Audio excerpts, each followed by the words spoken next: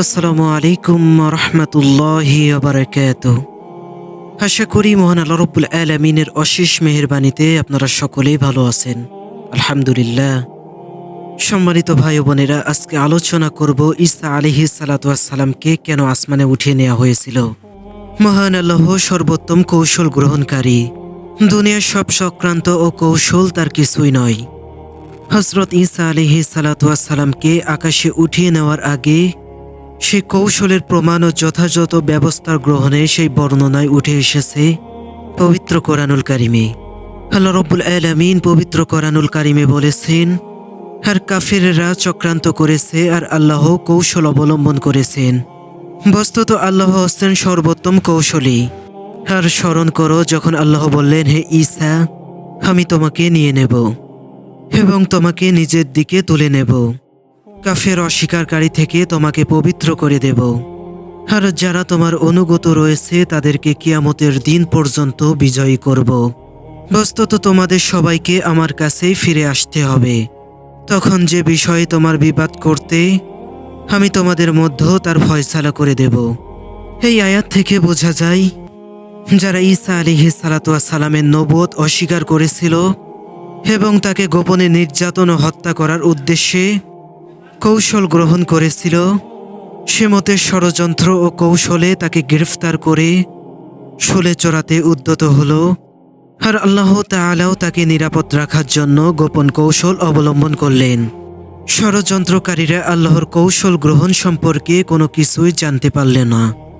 আল্লাহ তাআলার বিরোধীদের মধ্য থেকে একজনকে হযরত ঈসা আলাইহিস সালাতু ওয়াস সালামের আকৃতি দান করলেন, আর হযরত ঈসা আলাইহিস সালাতু ওয়াস সালামকে আকাশে উঠিয়ে নিলেন।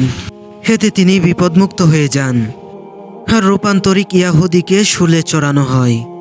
ইয়াহুদিরা আজ পর্যন্ত এই গোপন কৌশলের কথা জানতেই পারেনি। প্রতিরোধের সামর্থ্য হওয়া তো দূরের কথা, আল্লাহ তাআলা হচ্ছেন শ্রেষ্ঠ কৌশলী। কারণ অন্যদের কৌশল দুর্বল ও মন্দ এবং এমন স্থানে প্রয়োগ হয়ে থাকে, কিন্তু আল্লাহর কৌশল মজবুত, উত্তম ও হিকমত অনুযায়ী হয়। আল্লাহ তাআলা এই কৌশলই তখন অবলম্বন করলেন।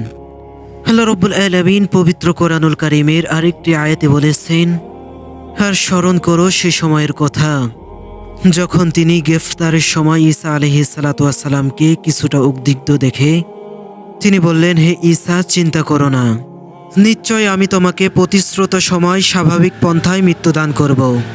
সুতরাং স্বাভাবিক মৃত্যুই যখন তোমার বিধিলিপি, তখন নিশ্চিতই শত্রুর হাতে শুলে নিহত হওয়া থেকে তুমি নিরাপদ থাকবে।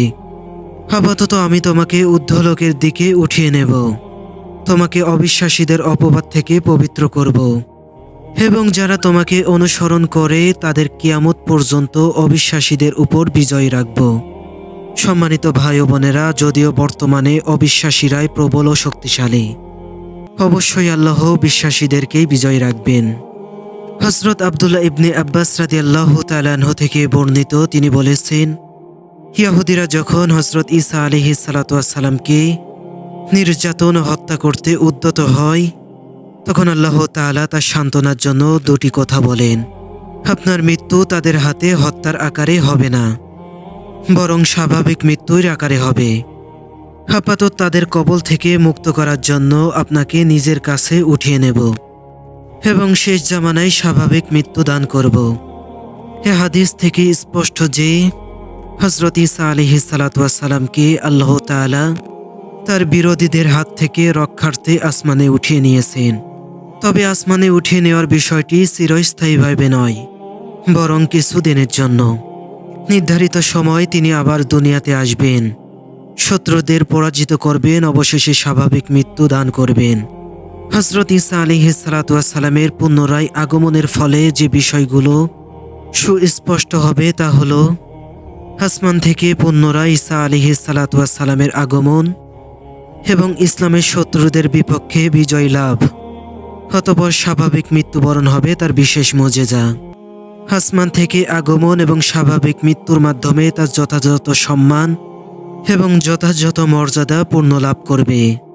খ্রিস্টানরা হযরত ঈসা আলাইহিস সালাতু ওয়াস সালামকে আল্লাহর পুত্র হিসেবে উপাস্য বলে ইবাদত করে, কিন্তু হযরত ঈসা আলাইহিস সালাতু ওয়াস সালাম আল্লাহর একজন নবী ও রাসূল ছাড়া কিছুই নয়। কিয়ামতের পূর্বে আসমান থেকে হযরত ঈসা আলাইহিস সালাতু ওয়াস সালাম পৃথিবীতে এসে কাফের এবং ইয়াহুদীদেরকে হত্যা করবে। প্রিয় ভাই ও বোনেরা, আল্লাহ তাআলার উপর ভরসা রাখুন। আল্লাহ তাআলা অবশ্যই আমাদেরকে উত্তম ফয়সালা দান করবেন। আল্লাহ তাআলা যেন আমাদের সবাইকে ইসলাম বুঝে আমল করার তৌফিক দান করেন। আমিন।